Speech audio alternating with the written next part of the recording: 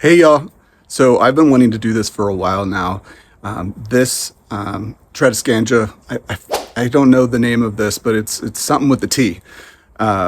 Four leaf glow. This I did a video on how to fix the root bind, and as you can see, it's thriving, but it needs a lot of water. So it's hard for me to get out here every single day when it does get root bound. But now that it's not root bound anymore, it still needs to be watered, obviously, but I have a lot of plants, and if I can get everything on drip, that's ideal. So that's exactly what I did here. I tied in the drip line to this plant. And so I'm just going to show you how I did that. And here we go. So here's my greenhouse. It was a project that I did back in COVID times, and I built it from the ground up. I laid the concrete floor. There is drainage that's connected to the irrigation drainage. There is electricity that is tied to the my office, which is on the other side of this wall. And there's also plumbing. So, and then there's also solar panel airflow, but I also added this fan in here, and it's really handy for seedlings so that you can harden off those seedlings and so forth. And so what I've done is I have added a drip line that goes from here all the way across, and vice versa, all the way across here as well. And so inside of the greenhouse has drip line as well. So as you can see right here, I have already tied in the drip line, and it goes all the way across over here and onto the other side.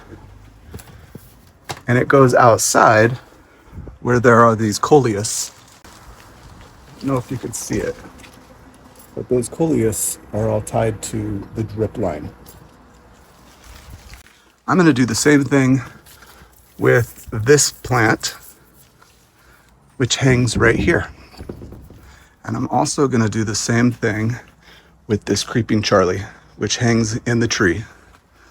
And so I got these really cool plant holders or pot holders from Armstrong Garden Center, and they were on sale. They were only like, I don't know, $12, I think. So I'm going to tie into the drip, tack it up the tree, and add in my drip so I don't have to water this thing anymore.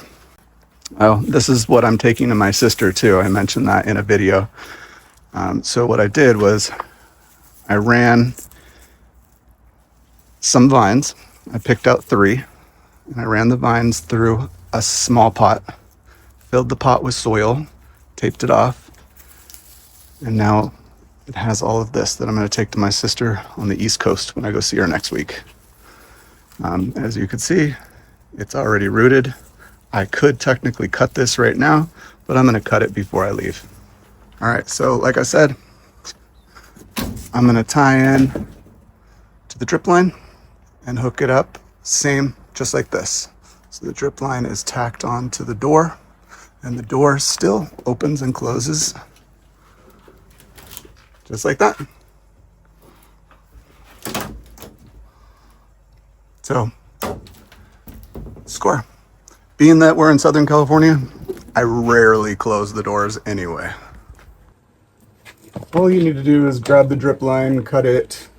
I'm going to grab a T and my other line, and I'm going to put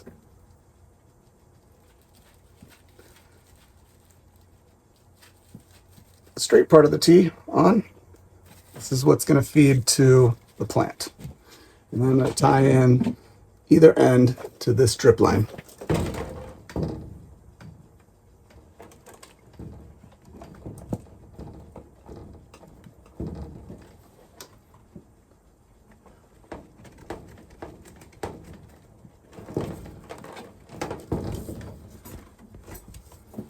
And I'm going to use these cable tacks to tack down the drip line. Make sure you don't try to hammer through a screw.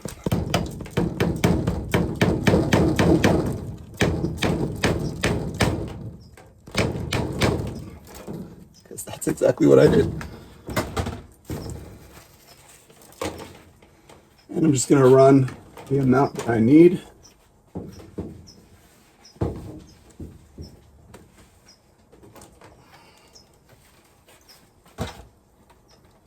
Cut off the excess. And feed it through.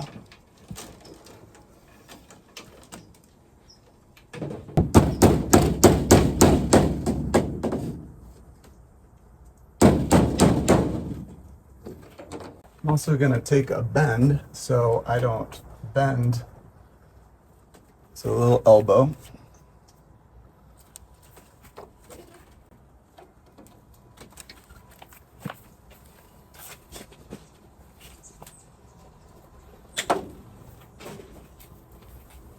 Again, just put that elbow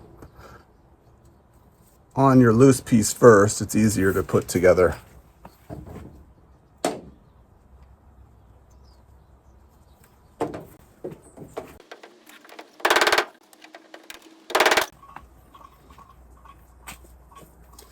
And that way it still moves. And then this is one of my favorites. It's a 1/2 gallon per hour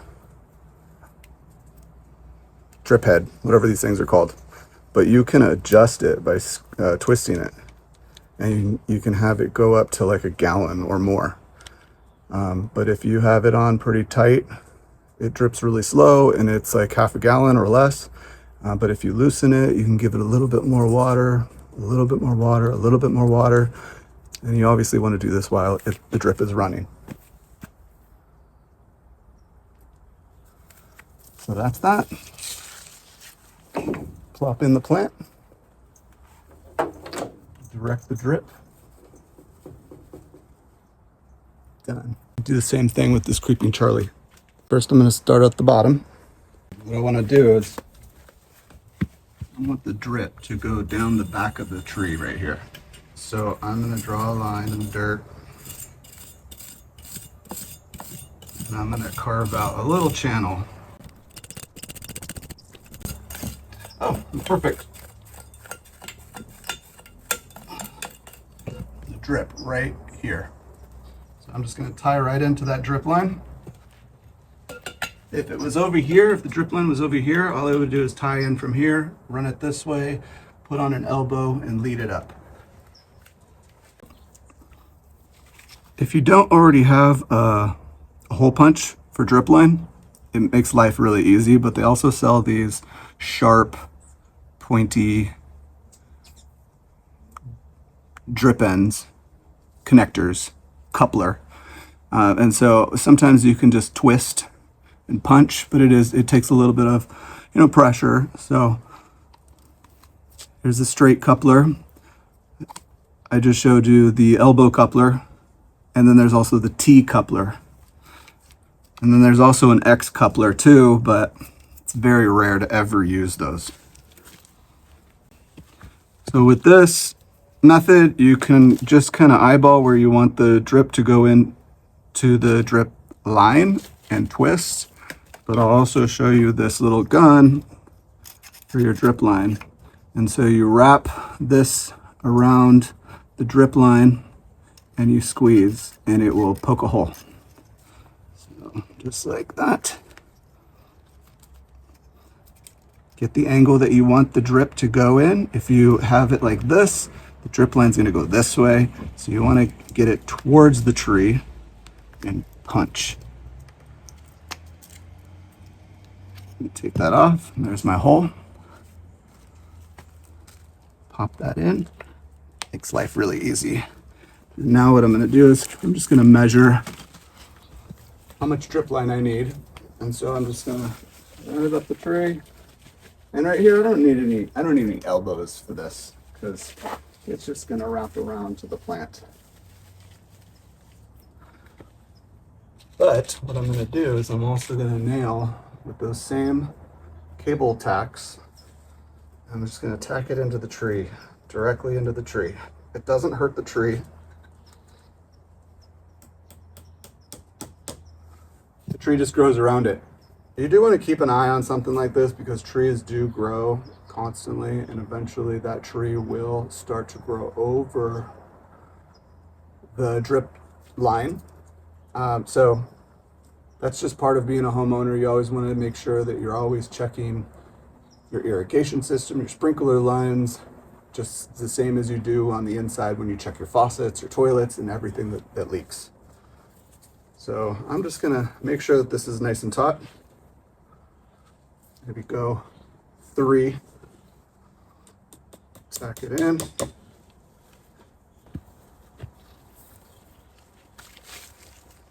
Tack one right here, but I'm going to give it a slight bend so it can wrap around the tree and I don't kink the hose. You don't want to kink the hose because then it'll prevent water from going to this plant, and then you've done all that work for nothing. Still, you want to keep it nice and taut. And right in. Now I've got my drip line to this Creeping Charlie. We'll cut off what we don't need. I like to give myself a little bit of excess. We'll run that here, but first I'm going to put on this half-gallon drip head. I don't know what these things are called. And again, like I said, you can adjust these by twisting them. Creeping Charlie likes a lot of water, just as that Tradescantia or whatever that thing is called over there. Pop it in there, and we're all set. I'm going to use this branch to kind of hold it into place. I hope that was helpful, and I'll see you in the next project. If you haven't already done so, follow along, and we'll see you in the next. Bye.